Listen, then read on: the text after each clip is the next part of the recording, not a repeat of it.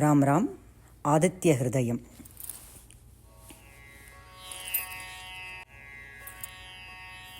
ततो युद्धपरिश्रान्तं समरे चिन्तया स्थितं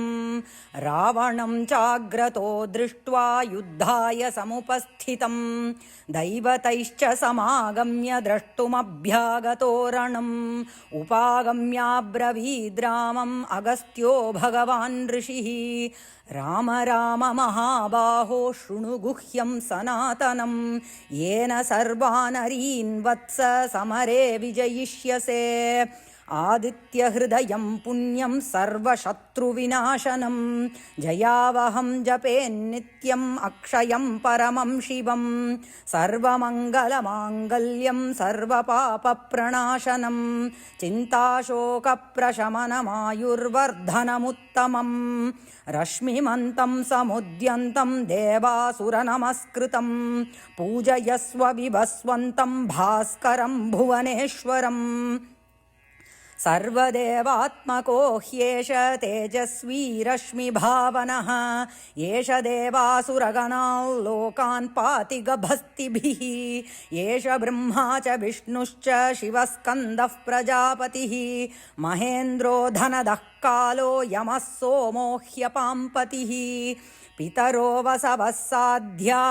अश्विनौ मरुतो मनुः वायुर्वह्निः प्रजाः प्राण ऋतुकर्ता प्रभाकरः आदित्यः सविता सूर्यः खगः पूषा गभस्तिमान् सुवर्णसदृशो भानुर्हिरण्यरेतादिवाकरः हरिदश्वः सहस्रार्चिः सप्तसप्तिर्मरीचिमान् तिमिरोन्मथनः शम्भुस्त्वष्टा मार्तण्डकोंशुमान् हिरण्यगर्भः शिशिरस्तपनो भास्करो रविः अग्निगर्भोदितेः पुत्रः शङ्खः शिशिरनाशनः व्योमनाथस्तमो भेदी ऋग्यजुः सामपारगः घनवृष्टिरपां मित्रो विन्ध्यवीथीप्लवङ्गमः आतपी मण्डली मृत्युः पिङ्गलः सर्वतापनः कविर्विश्वो महातेजा रक्तः सर्वभवोद्भवः नक्षत्रग्रहताराणामधिपो विश्वभावनः तेजसामपि तेजस्वी द्वादशात्मन्नमोऽस्तु ते नमः पूर्वाय गिरये पश्चिमायाद्रये नमः ज्योतिर्गणानां पतये दिनाधिपतये नमः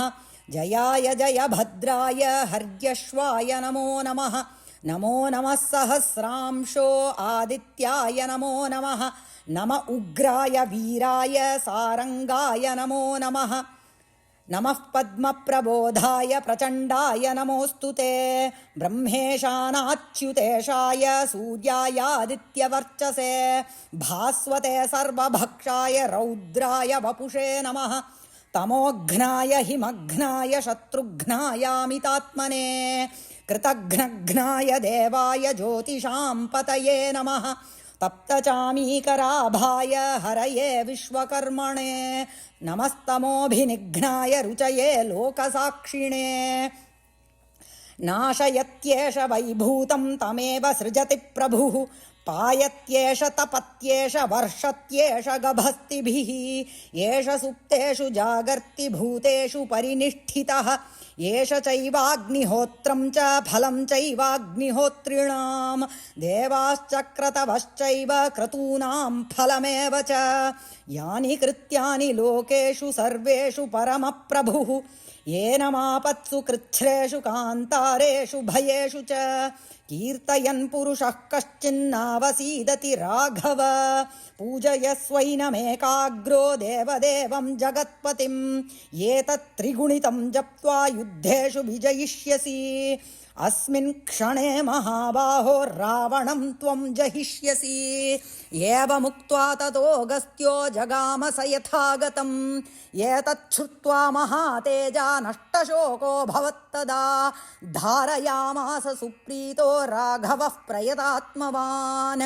आदित्यं प्रेक्ष्य जप्त्वेदं परं हर्षमवाप्तवान् त्रिराचम्यशुचिर्भूत्वा धनुरादाय वीर्यवान्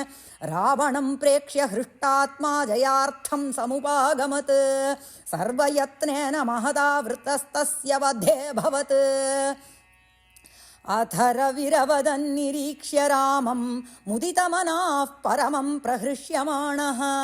निशिचरपतिसंशयं विदित्वा सुरगणमध्यगतो वचस्त्वरेति. राम राम राम राम राम.